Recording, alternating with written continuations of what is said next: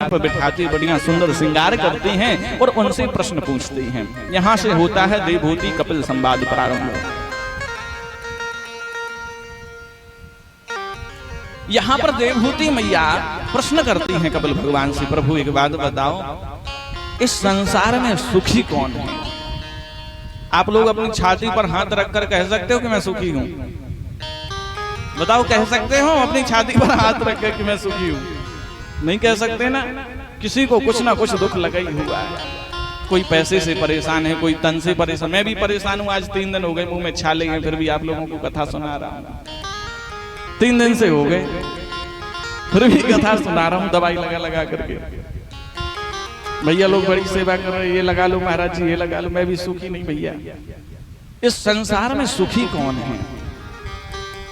देवभूति मैया कहती हैं वो बड़ा सुखी रहता होगा जो गर्भ में है। कपिल भगवान कहते हैं गर्भवास समम दुखम न भूतो न भविष्यति। बोले गर्भ में मैया जितनी तकलीफ होती है ना, उतनी ना तो कभी भूतकाल में हुई होगी ना भविष्य में होगी। इतनी तकलीफ होती है गर्भ में बच्चे को। माँ यदि कोई चटपटी चीज खा ले तो बच्चे को तकलीफ। बच्चा एक पतली सी थैली में लपटा हुआ भिष्टा में पड़ा रहता है। छोटे छोटे कीड़े काटते हैं उस बच्चे की कोमल खाल को। उसको उस गर्भ में इतना दुख होता है, वह परमात्मा के हाथ जोड़कर कहता, प्रभु मुझे एक बार इस गर्भ से बाहर निकाल दो। बाहर आते ही आपका ऐसा भजन करूंगा, ऐसा भजन करूंगा कि कभी दोबारा इस गर्भ में ना आना पड़े।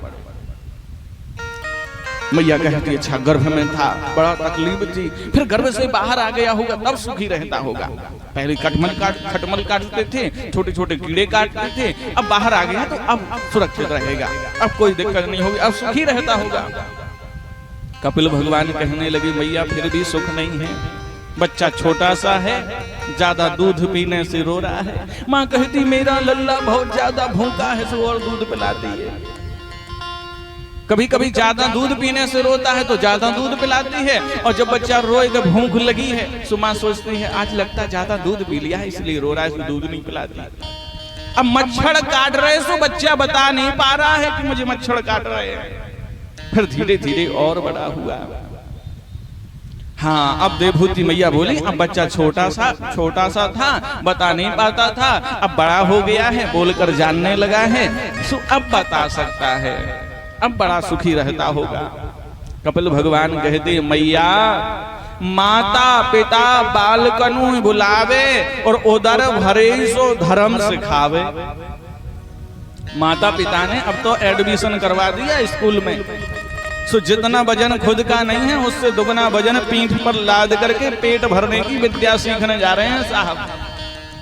अब जो थोड़ा ही ममता माँ के चरणों में लगी थी, जो थोड़ी ममता पिता के चरणों में लगी थी, वो सब ले जा करके और मित्रों के साथ में बट गई। अब धीरे धीरे और बड़ा हुआ, पढ़ लिख करके बढ़िया नौकरी लग गई। हाँ, देवभूति मैया बोली अब नौकरी लग गई है, पैसा आने लगा है, तो अब सुखी रहता होगा।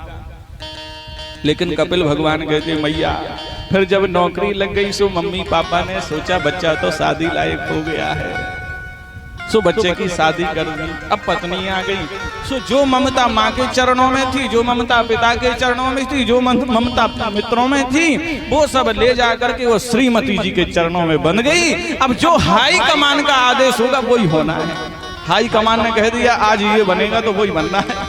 खुद की मर्जी से कपड़े भी नहीं पहन सकते, अब तो और दुखी हो गया।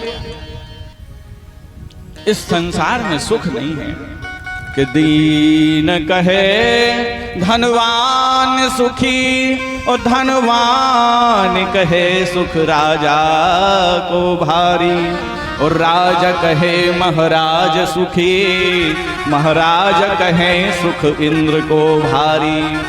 इंद्र कहे चतुरानन को सुख, चतुरानन कहे सुख विष्णु को भारी, और तुलसीदास विचार कहें भजन बिना सब जीव दुखारी। भजन बिना सब जीव दुखारी। इस संसार में भैया हर एक व्यक्ति भजन के बिना दुखी है। और सुखी कौन है? बोले जिसके पास में राम नाम रूपी धन है वो इस संसार में सुखी है, और जिसके पास राम नाम रूपी धन नहीं है वो तो दुखी है। जो राम जी के दास हैं वो इस संसार में सुखी हैं। सुखी राम के दास। दीन कहता है, गरीब कहता है कि वो धनवान बड़ा सुखी होगा, लेकिन उस धनवान से पूछो क्या तुमको रात में नींद आती है? जो एक किसान को हाथ का तकिया बना करके मिट्टी में लेट करके नींद आती है, उस धनवान को नींद नहीं आ सकती। जो एक गरीब को एक कपड़े में नींद आ जाती है वो धनवान को नींद नहीं आती। धनवान कहता है यहाँ के जो राजा सुखी हो, राजा हैं वो बड़े सुखी होंगे। राजा कहता भैया हम भी सुखी नहीं, यहाँ के जो महाराज होंगे वो बड़े सुखी होंगे। लेकिन संसार में सुखी कौन? बोले जो राम का भजन करता है, जो श्याम का भजन करता है वो इस संसार में सुखी है। अरे भजन कर मस्त जवानी